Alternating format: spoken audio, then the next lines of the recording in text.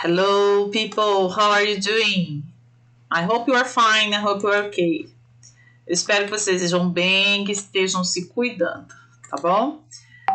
Vamos lá, então, para esse nosso vídeo sobre as atividades remotas do bloco 2, ainda referentes ao primeiro bimestre, ok? No bloco 2 das atividades, nós temos como objetivo identificar verbos regulares no passado simples, que é, na realidade, uma retomada daquilo que você já viu, né? Busca de informações específicas no texto, uma técnica de leitura, construir um repertório lexical acerca de preposições e conectivos, ou seja, você vai aprender um pouco sobre preposições, o seu uso, né, nas frases e nos textos, e algumas palavras que têm essa função de conectar uma frase com a outra, uma oração com a outra, e assim dar uma segmentação, dar uma fluência e uma continuidade nos textos, ok? So, let's start, let's begin. Só para lembrar para vocês que essas atividades remotas nada mais são do que um roteiro de estudos, ok? É uma ajuda para você se aprofundar aí naqueles temas que foram trabalhados nas aulas, né? Remotas ou presenciais, online ou presenciais, né? A gente ainda não sabe direito como é que vai ficar, mas é uma forma de você poder praticar alguns conceitos e aprofundar nesses conceitos, tá bom? Então, é importante que você escolha um momento tranquilo para fazer essas atividades, um local organizado e que você possa, assim, realmente se dedicar a essas tarefas, né, a essas atividades, para que você possa crescendo aí de habilidade em habilidade e construindo aí o seu conhecimento. Vamos lá. Number 1, read in order the story according to the pictures. Você deve ler e organizar a história de acordo com as imagens, numerando as figuras dessa história e prestando atenção na sequência dos fatos, né? Então você tem aqui a história ilustrada, né? Repare aqui o ambiente, né? Uma região montanhosa. Repare nas personagens que fazem parte dessa história, né? Eu tenho aqui a old man and a young boy, ok? Então, repare na diferença da idade deles e que, de alguma forma, essa diferença de idade entre eles, né, é um destaque nessa história. A gente pode reparar também nas imagens, nas pictures, que elas estão fora da sequência. Veja aqui que tem o número 5, então, provavelmente, essa é a quinta parte da história, né, e que você precisa dessa organização. O old man, né, o senhor de idade, o senhor idoso aqui, parece que está passando por algum apuros, alguma problemática. E pelo que a gente consegue perceber, o young boy vem de encontro a ele e acaba ajudando ele de alguma forma nessa problemática. Ok? So it's important that you just pay attention to the pictures and trying to figure out the sequence, ok? É importante você prestar atenção nas imagens e tentar imaginar, criar hipóteses sobre essa sequência, tá? Como é que pode ser, ok? Vamos dar uma olhadinha na imagem que já foi sequenciada aqui, ó, número 5, e observar aqui o texto, número 5. Olha aqui, ó. Once upon a time, there was a very old man who lived in the mountains above a small village. Bom, a primeira coisa que a gente descobre, então, é que essa frase 5, na realidade, é o início da história. Mas como que eu sei disso, teacher? Porque a gente tem um marcador muito comum aqui de início de histórias, que é o termo, a expressão once upon a time, que aqui na nossa língua portuguesa, né, seria a versão era uma vez. Você já deve ter ouvido isso, né? Era uma vez, que significa que a história vai começar. Então, na realidade, o número 5 não é a quinta parte da história, mas é o início da história, que está contido aqui na frase 5, ok? Então, nós estamos aqui, ó, número 5. ok? É o início da história. Once upon a time, there was a very old man, ok? Who lived in the mountains above a small village. Então a gente já percebeu que a história, o foco da história, o personagem central é o old man, o velho, o idoso, né? Que morava, lived in the mountains, na região montanhosa, above a small village, que ficava acima de uma vila bem pequena, ok? So here, he lived here, ok? É aqui que ele morava. Bom, então na realidade nós vamos tentar encontrar a sequência da próxima imagem aqui, ó, uma imagem que ele está, parece que observando de longe alguma coisa, procurando alguma coisa. Então você tem que analisar frase por frase e ver qual dessas frases aqui combina com essa imagem que está aqui. Então, lembrando que a sequência dos números aqui é que está trocada, né? Da imagem não, da imagem está cronologicamente de acordo com a história.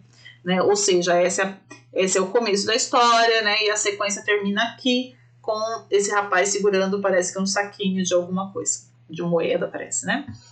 Então vamos dar uma olhadinha nas frases, então. Na frase que está numerada com 1, está escrito o seguinte: The old man and the young boy talked for a long time. Repare que aqui já tem o encontro dos dois, né, do idoso com o jovem, né, e que eles conversaram por um longo tempo. Então você precisa procurar essa imagem que representa essa conversa, né, essa longa conversa que tiveram. Número 2. The boy offered and the old man his bread and soup. O garoto, então, ofereceu para o idoso his bread and soup. Que será que é bread and soup? Vocês lembram? Se você pensou em pão e sopa, você acertou. Então você tem que procurar uma imagem que combine com essa parte que o garoto está oferecendo ao idoso pão e sopa. Número 3. When he arrived home in the evening, the young boy looked in the pocket of his trousers and discovered a beautiful little bag. Bom, agora, essa frase tem a ver somente com o jovem, né? Não cita aí o idoso nessa frase. Então, provavelmente, você deveria procurar uma imagem que está relacionada somente ao jovem. O que acontece aí nessa frase? O que a frase está dizendo para você? Vamos lá. Está falando de um período de tempo, in the evening, que é o começo da tarde, né? O início da noite. Falei errado, né? Não é o começo da tarde, né? O final da tarde, o início da noite, in the evening. When he arrived home, quando ele acaba de chegar em casa, ele está chegando na casa dele no final da tarde. Look in the pocket. Do you know what is a pocket in Portuguese? Um bolso. No caso, bolso da calça. Trousers são as calças dele. Ele observa que tem algo no bolso da calça dele e ele descobre o que é. Beautiful little bag. Beautiful little bag. Essa eu vou deixar para vocês pesquisarem. O que será que é um beautiful little bag que ele encontrou na calça dele, no bolso da calça dele, tá bom? Então você deve observar essa parte e tentar encontrar a imagem relacionada a frase número 3. Frase 4. There was a young boy next to the road. He watched the old man for a moment. Então aqui é antes do garoto conhecer o idoso. Né? There was, o verbo do passado, havia um jovem next to the road, próximo à rodovia, próximo à rua, próximo àquela estrada. He watched significa que ele observava, né? Ele assistia de longe, né? For a moment. Por um momento ele ficou lá observando o idoso. A número 5 já está encaixada lá, né? Que é o começo da história. Número 6. The old man smiled and thanked him. Olha só, old man, você já relacionou com o idoso, né? Então, o idoso smiled and thanked. O idoso sorriu e agradeceu. Agradeceu quem? Provavelmente o jovem, né? O jovem rapaz.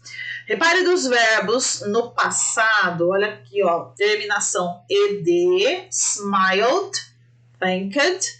Significa que o verbo é um verbo que está conjugado no passado, ok? E se essa conjugação é demonstrada com esse final ed, você sabe que o verbo é um verbo regular. Tá bem? 7. One day, the old man decided to walk down into the village. One day é um outro conectivo, né? Um outro marcador da história, né? Um dia, né? Olha que interessante, vai dar fluência na história, vai dar aquela continuidade na história. Um dia, the old man decided, olha só, decidiu, o que ele decidiu? To walk down into the village. Vamos entender o walk down, porque o walk você sabe que é caminhar, passear, né? E por que walk down? Vamos dar uma olhadinha? Como ele mora aqui na parte alta, né, nas montanhas, he decided to walk down. Ele decidiu dar um passeio embaixo, lá na vila, lá embaixo, né? Descer a montanha. Então aqui está dando uma ênfase de que ele estava na parte de cima e teve que descer até o vilarejo, ok? Walk down into the village. Número 8. He opened the bag. It contained 4 large gold coins. The boy was very surprised. Então, a gente está agora entendendo aquela parte da beautiful little bag, né? Que ele encontrou no bolso. E aí ele descobriu que continha 4 large gold coins. Ok? Você vai procurar lá na imagem o que pode ser 4 large gold coins. 4, você sabe que é o número 4, né? 4 o quê? Que deixou ele very surprised, muito surpreso. Número 9. It was a very hot day and the man was very thin and hungry. Aqui está dizendo provavelmente sobre o idoso, né? Que era um dia quente, o homem estava muito magro e com fome. He needed to sit down. Ele precisava se sentar. 10. Then the boy helped. Olha só o outro conectivo da história. Then. Então, né? Então o garoto ajudou o old man, o idoso, to walk back to his house in the mountains, a caminhar de volta para casa na montanha. Bom, tá aí, você já entendeu o conteúdo da história. Agora, se você precisar pausar o vídeo para poder ir marcando o número nas imagens, utilize os recursos que você achar que é necessário, tá bom? Eu gostaria de chamar a atenção que, como é uma narrativa, está contando algo que já aconteceu, os verbos estão no passado. Então, observe bem isso, né? Que os verbos nas frases estão no passado, com a terminação ed, porque são verbos regulares. Talked, offered, ok? Arrived, looked, sempre falando daquilo que já aconteceu. E também essa questão dos marcadores conectivos. Once upon a time, era uma vez, para dar aquela iniciada. When, quando. One day, and, um dia, e então, né? Then, depois. Então, são muito importantes essas palavras conectoras para dar essa fluência na história. Ok? Muito bem. Número 2. Aí eu gostaria que você... o 2 é só você marcar aí o xizinho, né? Eu acho que se você prestou atenção, não vai ter como você errar. 3. Procure na sequência da história o passado dos verbos a seguir. Acabei de falar para você prestar atenção nessa questão do passado dos verbos, né? E como eles se apresentam na história, que é com o sufixo ed, ok? Então eu tenho aqui alguns verbos que foram usados na história, por exemplo, talk, que é o verbo conversar. Como é que ele está lá na história? Ele está com talked, com ed, tá vendo? Ó, ed, talked, conversou. Então, essa coluna aqui são dos verbos que, ao serem conjugados no passado, receberam o sufixo ed. Já nessa outra coluna, são os verbos que já terminam em e e, por isso, só receberam de no final para ser conjugado no passado, que é o caso do live, que é o verbo morar, né? He lived in a mountain. Ele morava numa montanha. Então, olha só, já termina e só recebeu de. A única coisa que você deve fazer é colocar esses verbos aqui adequadamente de acordo aí com essa terminação. Se o verbo receber ed é aqui, se o verbo receber só de é para cá, ok? Don't forget, não se esqueça. Vamos lá. Como nós estamos falando do passado dos verbos regulares, e ele é regular porque a sua base, o seu radical continua firme, sem nenhuma alteração. A alteração vai acontecer através do sufixo ed. Então é importante lembrar você de algumas regras básicas disso, né? Então vamos lá. A primeira regra básica é acrescentar o sufixo ed na base, no radical da palavra. Por exemplo, walk, walked, play, played, talk, talked, ok? Agora, se o verbo já termina com e, eu só vou acrescentar o d. Like, liked, move, moved. Agora, se o verbo terminar com um y precedido de consoante, como assim, teacher? Vou mostrar para você aqui, ó. Carry, que é o verbo carregar, tá vendo? Tem um y e antes desse y eu tenho uma consoante, que é a letra R. Ai, teacher, como assim? Você tá me complicando. Então, vamos descomplicar. Vamos lembrar lá do segundo ano do ensino fundamental, quando você estava sendo alfabetizado. Lembra? Vogais A, E, I, O, U. Consoantes B, C, D, F, G, H. Então, é isso que você tem que pensar. Toda vez que o verbo tiver um Y e antes do Y for uma consoante, eu devo trocar esse Y pelo final IED, ok? Então, o verbo carregar, carry, carregou, carried, ok? O verbo estudar, study, tem o Y e antes dele um D. Para eu falar estudava ou estudou, eu tiro esse Y e coloco IED no lugar do Y. Mas isso só vai acontecer se antes do Y eu tiver uma consoante, que não foi o caso do verbo play. Repare aqui em cima, ó, play, eu tenho Y e antes dele eu tenho uma vogal. Portanto, o Y se mantém e eu acrescento ED, ok? Bom, alguns verbos é preciso que você dobre a última letra antes de usar o sufixo ED. Quando isso vai acontecer? Quando você tiver uma vogal entre duas consoantes, ok? Por exemplo, o verbo planejar, plan, ok? Eu tenho uma vogal no meio de duas consoantes. Então, eu planejei muito a minha viagem. I planned. Olha aqui, ó. Dobrei, repeti a letra e depois coloquei o ED, ok? Depois, por exemplo, o outro exemplo bem típico é stop. Veja aqui, ó. A vogal entre duas consoantes. Então, aqui, stop it. Eu repito a última consoante e acrescento o ED. Bom, aqui é uma questão de você conhecer a norma, né? Conhecer a regra. Mas, como eu já falei no último tema, né, do nosso primeiro bimestre, as regras são importantes, sim, né? É importante que você conheça e utilize a norma culta da linguagem, mas não é um fator decisivo no uso da língua inglesa para a sua comunicação ou para aquela questão da língua inglesa como língua franca, né? Isso não vai impedir você de usar a língua inglesa para se comunicar de uma forma efetiva. Agora, se você tem como objetivo ser um falante fluente, utilizar a língua de uma forma mais normativa, aí sim você precisa se aprofundar na questão das regras, ok? Vamos lá, então? Aqui eu estou divulgando meu canal no YouTube, Teacher Dani Inglês, caso você precise de outras explicações ou precise de mais alguns vídeos para poder entender melhor isso daí. Bom, explicada essa questão normativa, né? Let's practice, vamos praticar. Eu tenho aqui uma sequência de atividades relacionadas ao passado dos verbos regulares, ok? Primeira atividade, simples, né? Você tem que colocar esses verbos aqui no passado. O verbo ask, que é perguntar ou pedir, tá?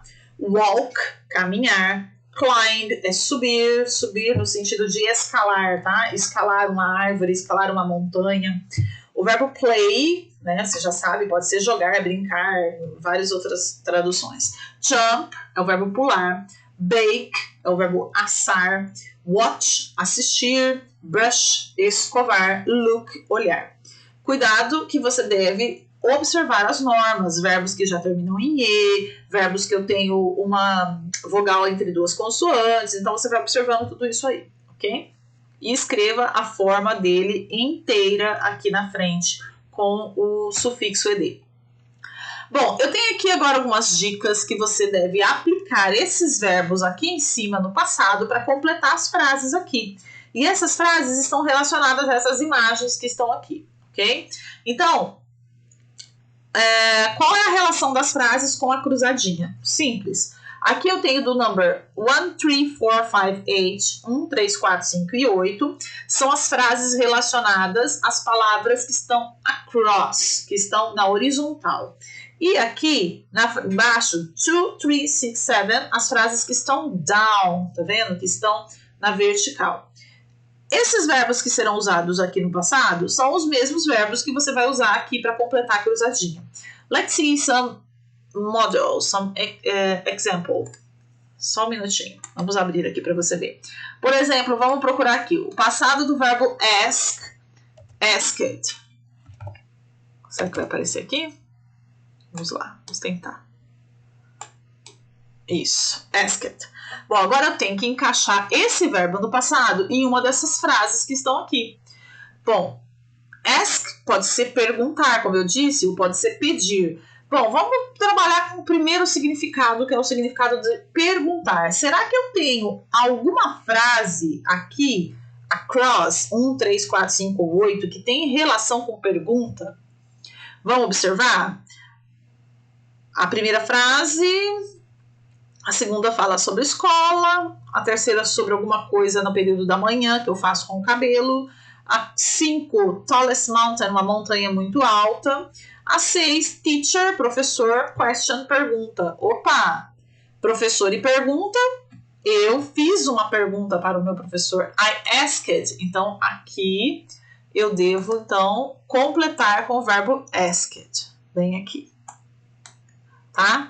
Número 8. Opa, fiz alguma coisa aqui que alterou. Asked, aqui no número 8. E depois eu vou procurar o 8 aqui na cruzadinha. Aqui, ó, 8. E vou completar aqui com o verbo asked no passado, ok? É isso. Exercício 5. Agora nós vamos trabalhar um pouquinho sobre a questão de preposições e conectores, né? Eu tenho aqui ao lado algumas preposições bem comuns que a gente usa bastante aí como função de conector, conectar uma frase. Por exemplo, after, depois, and, e, because, porque, but significa mas, entretanto, né? Porém, quando você vai dar uma ideia controvérsia daquilo que você já falou anterior, eu uso but, ok? Ou, quando você vai dar uma escolha, ou uma coisa ou outra. E when, quando. Então, você deve ler as frases e circular a melhor preposição que vai conectar essas frases. Então, vamos ver uma de exemplo aqui, ó. Número 1. He was eating something. Ele estava comendo algo. He was hungry. Ele estava com fome. Eu tenho 3 conectores aqui. Eu preciso escolher qual seria o adequado para completar essa frase. And, que significa e, because, porque, but, mas. Então, vamos fazer uma relação do começo da frase com o final, né? Com as duas orações, porque na realidade eu tenho 2 orações aqui e eu quero conectá-las. Primeiro período da oração, he was eating something, ele estava comendo algo. E aí, ele estava comendo algo porque he was hungry, porque ele estava com fome. Okay? Então, o melhor conector aqui, ó, a questão da consequência, né? A consequência dele estar com fome aí fez ele comer alguma coisa, because, tá bom? E assim você vai trabalhando as outras frases. The insect is quite beautiful. O inseto é até que bonitinho. It's very dangerous. E é perigoso. Então, você vai tentar escolher, né, qual dos 3 aqui. They were playing baseball. Eles estavam jogando beisebol. It started to rain. Começou a chover. Aí você tem que escolher aqui qual dos 3 é o melhor. 4. You have to cook these eggs. Você deve cozinhar esses ovos. You eat them. Ok? E você comê-los. E aí você vai escolher aqui qual é o conector melhor para linkar essas ideias. 5. I don't like wind. Eu não gosto de vento, de ventania. Rainy weather. E de chuva também, né? E aí? Qual desses 3 conectores? Ok? Bom, o último exercício é bem interessante porque vai trabalhar com essa questão de sequência de ideias. Né? É um exercício bem básico, né? Inclusive para as crianças bem menores, onde eu tenho aqui uma rima bem simples sobre sementes, né? Sobre plantar algo. E aqui tem a sequência, olha que bonitinho, ó. Tem a menininha plantando, a sementinha brotando, o sol, a chuva e a flor crescendo. E aqui eu tenho first, next, then, finally, né? Que são aquela questão das palavras conectoras, das palavras que vão dando a sequência na história. First é o que acontece primeiro, next depois, then, então, finally, finalmente. Então, first, she planted seeds. Next, the sun came out. Then, a tiny plant popped up. Finally, a flower bloomed. Você precisa, então, identificar aqui, com essas imagens, qual é a conexão aí, a sequência da história com first, next, then e finally. Você pode recortar e colar aqui embaixo, você pode ligar com lápis aqui, né? Por exemplo, first, qual dessas imagens tem a ver com first? First plant seeds, né? Qual dessas aqui vai demonstrar o que aconteceu primeiro? Next, qual dessas demonstra next the sun came out, tá? E aí você pode ligar ou você pode recortar e colar, o que você achar melhor. Pessoal, eu espero que essas videoaulas estejam ajudando vocês, né? Por enquanto é aquilo que eu consigo oferecer. Eu espero que a gente consiga, no segundo semestre, né, ter um pouco mais de aulas presenciais e assim poder tirar mais dúvidas e poder desenvolver melhor o conteúdo com vocês, ok? So, that's all for today. Bye bye!